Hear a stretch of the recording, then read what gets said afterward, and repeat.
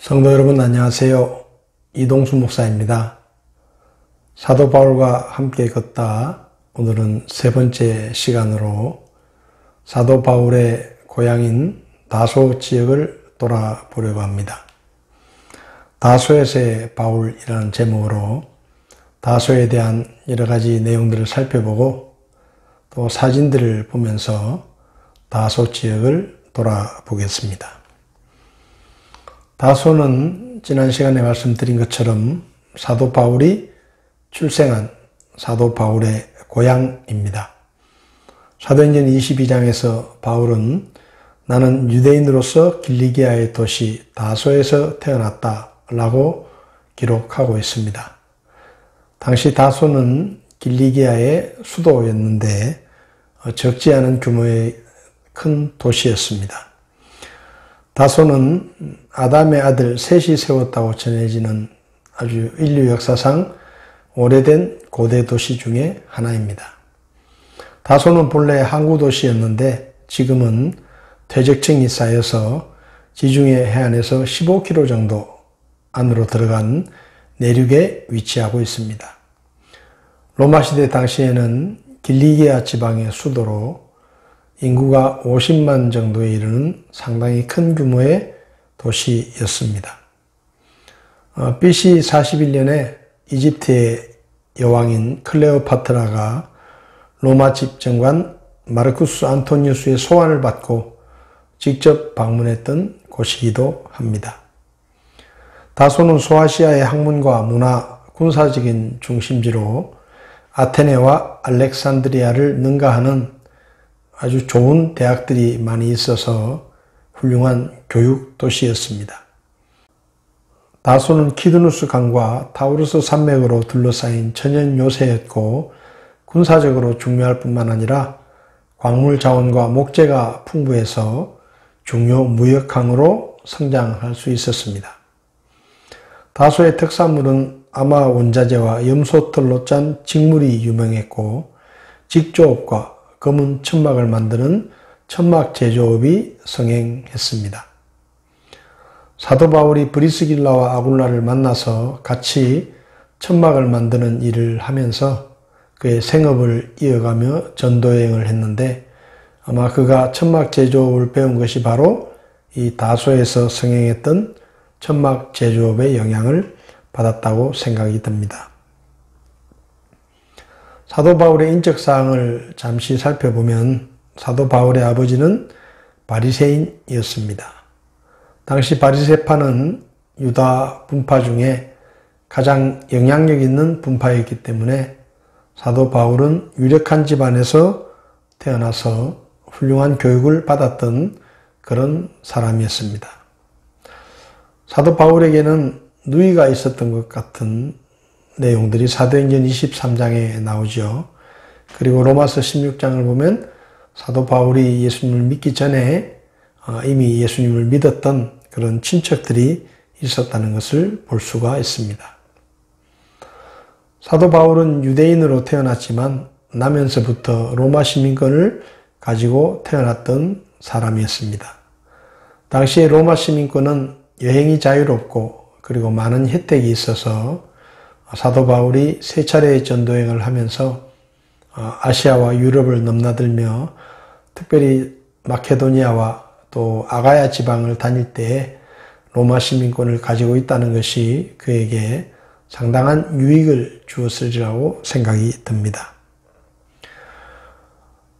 사도 바울은 다소에서 태어나서 자라면서 동서양 문화를 동시에 체험했던 사람입니다.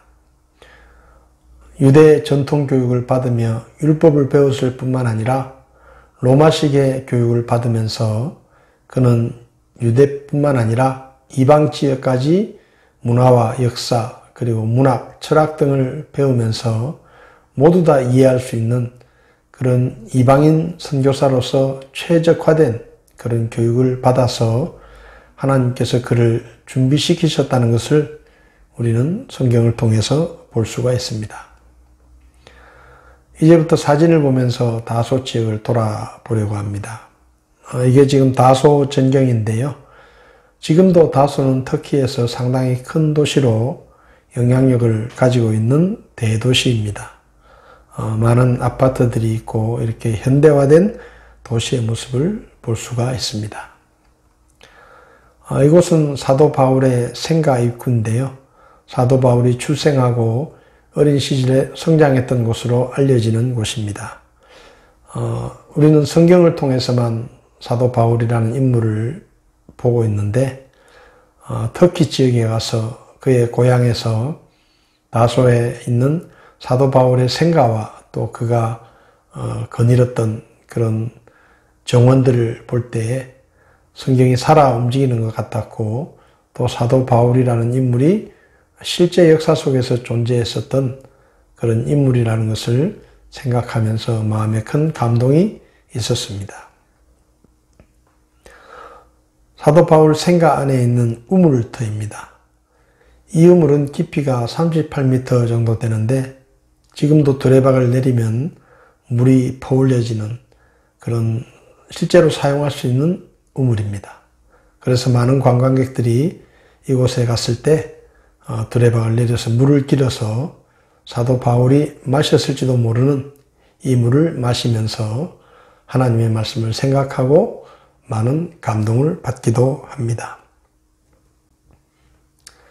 사도 바울 생가에 있는 관광 안내판입니다. 이곳이 사도 바울의 생가라는 내용들과 또 간략한 역사들이 기록이 되어 있는 그런 모습들을 볼 수가 있습니다. 이것은 사도 바울의 생가의 정원입니다. 지금은 이렇게 아주 단장이 되어 있지만 사도 바울이 어린 시절에 조금은 정리되지 않은 그런 오래된 정원에서 사도 바울이 걸었을 것이라고 생각하니까 이 땅에 서 있는 것이 마치 사도 바울과 함께 있는 듯한 그런 생각을 하게 만들었습니다. 이것은 사도 바울 생가의 집터인데요.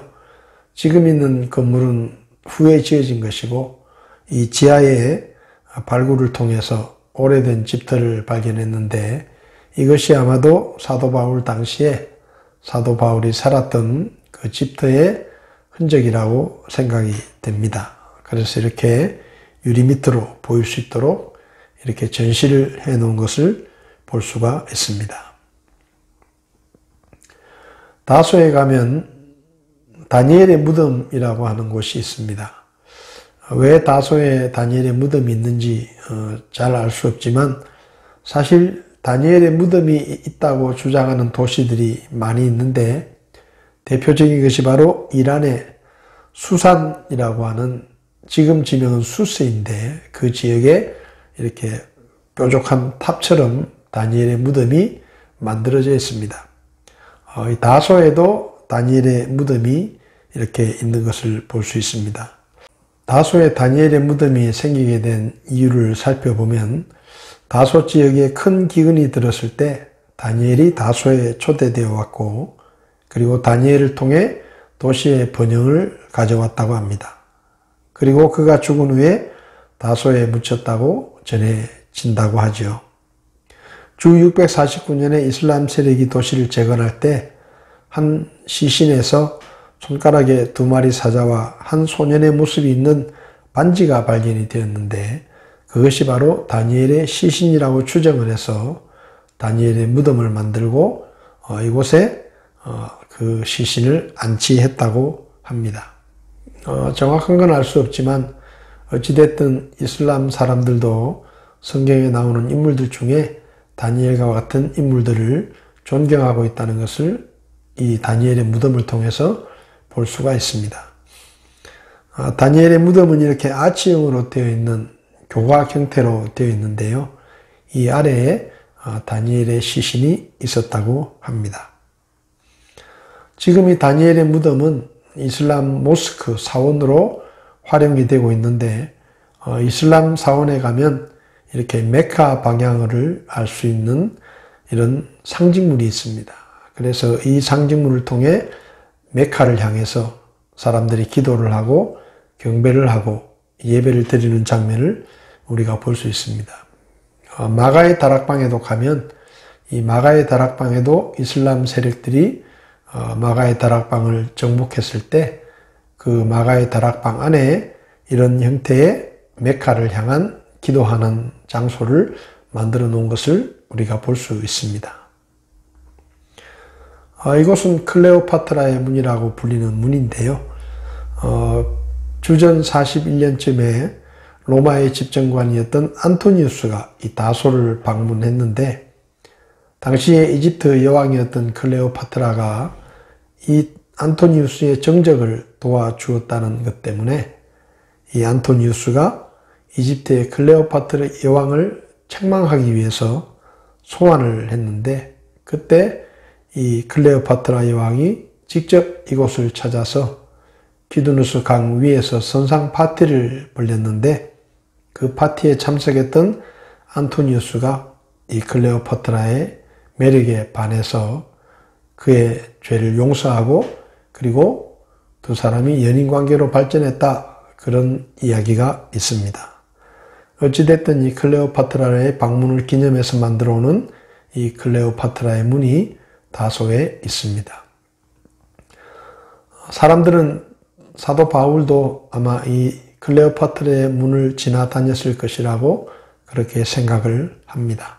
그래서 이 문을 보면서 사도 바울이 2000년 전에 이 문으로 들락거렸던 그런 생각들을 하니까 역사의 숨결을 느끼는 그런 묘한 기분이 들었습니다. 이곳은 바울 기념공원의 입구에 있는 상징물인데요.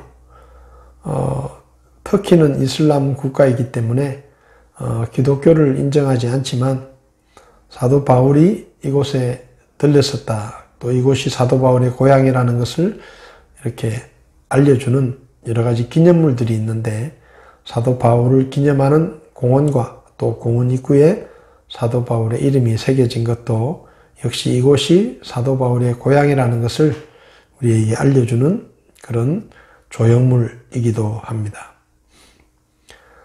이곳은 사도 바울을 기념하는 기념교회인데요. 터키는 아시다시피 이슬람 지역이기 때문에 기독교 교회가 거의 없고 또 있어도 예배를 드리고 있는 교회들은 찾아보기가 어렵습니다. 이 바울 기념교회는 지금 역사상 전 세계적으로 사도 바울을 기념한 건축물 중에 가장 오래된 그런 기념교회인데 지금은 예배당으로 사용하기보다는 거의 박물관에 가까운 그런 기념물로 이렇게 사용이 되고 있습니다. 측면에서 본 사도 바울 기념교회의 모습입니다. 바울의 고향인 다소에 그를 기념하는 이런 기념교회가 세워지고 그리고 지금까지 보존이 되어 있다는 것이 아주 새로운 생각을 하게 되는 그런 건축물이었습니다. 바울 기념교회 내부에 들어가면 이렇게 의자가 놓여 있고 단상이 있고 예배를 드릴 수 있는 그런 모습을 만들어 놓았는데 이것은 실제 예배를 드리는 것이 아니라 관광객들이 와서 이곳에서 예배를 드리는 경우가 가끔 있습니다. 그래서 관광객들이 특별히 교회 단체의 관광객들이 이곳을 방문하면 이곳에서 찬송을 부르고 예배를 드리는 모습들을 볼 수가 있는데 그 관광객들을 위해서 기념교회 안에 이런 강단과 또 의자들을 놓은 것 같습니다. 사도 바울 기념교회의 천정을 보시면 이런 그림으로 천정에 그림이 그려져 있는데요. 대부분의 이슬람 사원들은 아주 화려하게 꾸며져 있습니다. 그런데 이 터키 지역은 이슬람 지역이기 때문에 교회가 그렇게 발달하지 않고 기독교 인구가 거의 없기 때문에 관광객 유치를 위해서 사도 바울 기념교회를 남겨놓았지만 이렇게 보수를 제대로 하지 않고 빛바랜 그림이 천정에 있는 것을 볼 수가 있습니다. 이것은 사도 바울 당시에 로마 시대에 만들어진 도로가 보존되어 있는 모습인데요. 사도 바울이 당시에 걸었던 그런 로마식 도로일 것입니다. 로마는 도로를 만드는 데 유명합니다. 그래서 모든 길은 로마로 통한다라는 말이 있을 정도로 로마는 길을 많이 만들었는데, 왜냐하면 넓은 지역을 정복하고 식민 통치를 하면서 군대가 이동을 해야 되기 때문에 군대 이동을 신속하게 하기 위해서 도로를 많이 만들었는데, 보통 이 로마 도로의 폭은 전차 2대가 서로 교행할 수 있는 그런 정도의 폭으로 도로를 많이 만들었습니다. 당시 로마 시대 도로의 건설의 방법을 좀 살펴보면 아주 견고하게 도로를 만드는데요. 도로의 폭을 정하고 보통은 전차 2대가 이렇게 서로 이렇게 지나갈 수 있는 그 정도의 폭을 정하고 1.2m에서 1.5m 정도의 깊이로 또랑을 파듯이 그 길을 팝니다. 그리고 돌과 진흙을 섞어서 바닥을 다진 다음에 30cm 정도의 두께로 작은 돌과 모래와 석회를 섞어서 깔고, 그리고 그 위에 또 30cm 정도의 두께로 쇠석과 모래, 석회, 화산토로를 섞은 그런 지금의 콘크리트 같은 그런 콘크리트를 부어서 평평한 바닥을 굳힌 다음에 그 다음에 두께 30cm 정도의 현무암 돌판들을 모자이크식으로 깔아서 도로를 만들었습니다. 지금 우리가 만드는 아스팔트 도로보다 훨씬 더 깊이와 두께가 아주 두껍다는 것을 볼 수가 있습니다. 그래서 로마 시대에 만들어 놓은 도로들이 지금도 그대로 보존되어 있는 모습을 볼 수 있고, 심지어 지금도 그 도로를 차도로 이용하고 있는 그런 나라들도 있습니다. 이탈리아에 가면 몇몇 국도가 바로 이 로마 시대에 만들어 놓은 길을 그대로 국도로 사용하고 있다고 합니다. 그러니까 로마 시대에 만들어 놓은 이 도로들이 얼마나 견고하게 또 만들어져 있는지를 우리가 알 수 있는 것이죠. 이곳은 그랜드 모스크입니다. 앞으로 터키 지역을 우리가 함께 돌아보다 보면 대부분의 도시에서 이렇게 거대한 규모의 이슬람 모스크 사원들을 보게 됩니다. 우리나라에 수많은 십자가가 있는 것처럼 터키 지방에는 수많은 모스크들이 가는 곳마다 세워져 있는 것을 볼 수가 있습니다. 다소에 있는 모스크 중에 가장 큰 규모의 그랜드 모스크라고 불리는 이 이슬람 사원의 입구를 지금 보고 계십니다. 이 모스크 안에 들어가면 이렇게 석조로 잘 지어놓고 화려하게 장식을 해놓고, 그리고 이곳에서 메카를 향해서 기도하며 또 예배를 드리는 모습들을 우리가 볼 수가 있습니다. 이곳은 다소의 올드타운인데요.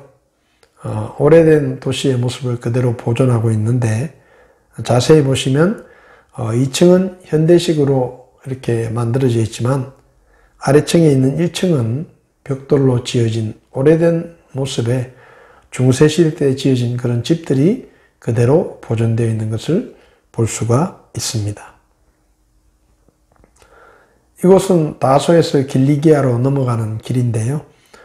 이 도로도 로마 시대 때 만들어 놓은 도로가 지금 그대로 보존되어 있는 것을 볼 수가 있습니다.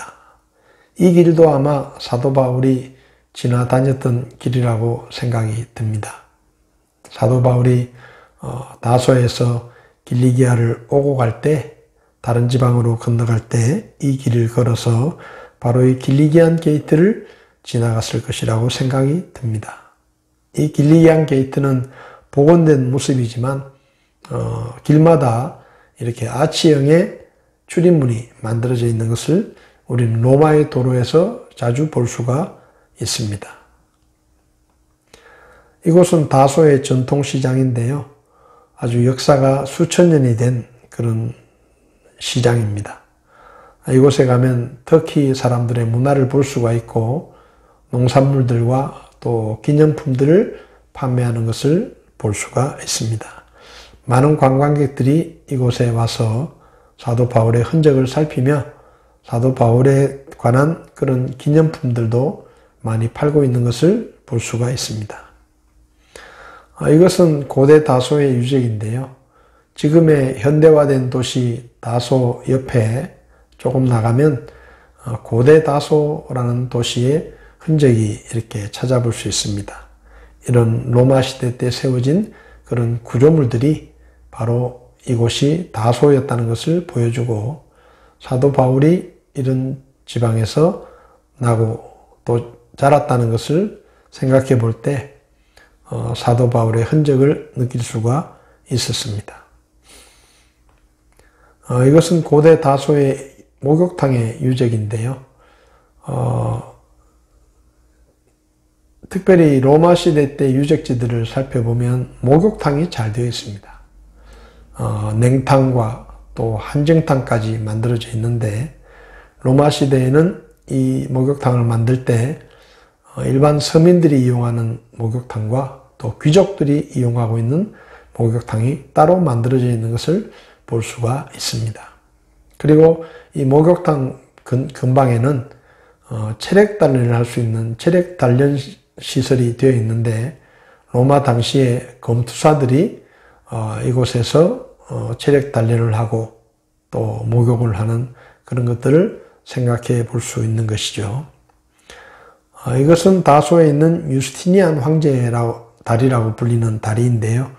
6세기 초에 유스티니안 황제가 시드너스 강 위에 이런 석조 교각을 만들었는데, 이게 거의 1400년이 1500년이 다 되어 가는데 그 모습을 그대로 보존하고 있는 것을 볼 수가 있습니다. 당시 로마의 건축술이 얼마나 발전했었는지를 보여주는 그런 건축물이라고 볼 수가 있습니다.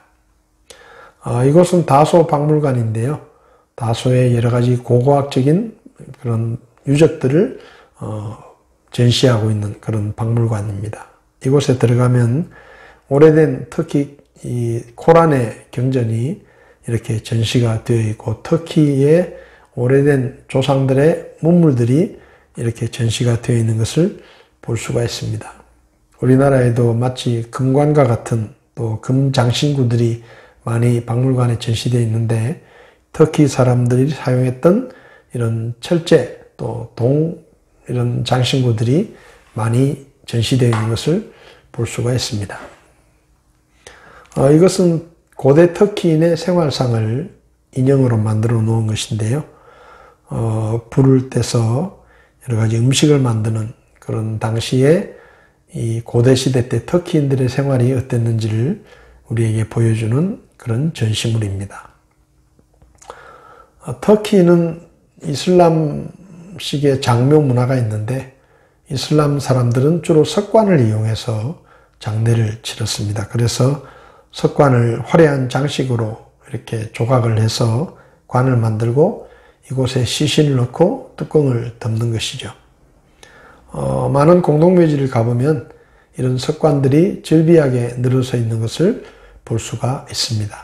그리고 이 석관에 새겨진 조각들은 이 석관 안에 담기게 될 시신의 신분과 또 여러 가지 권세들을 보여주는 그런 조각물이기도 하죠.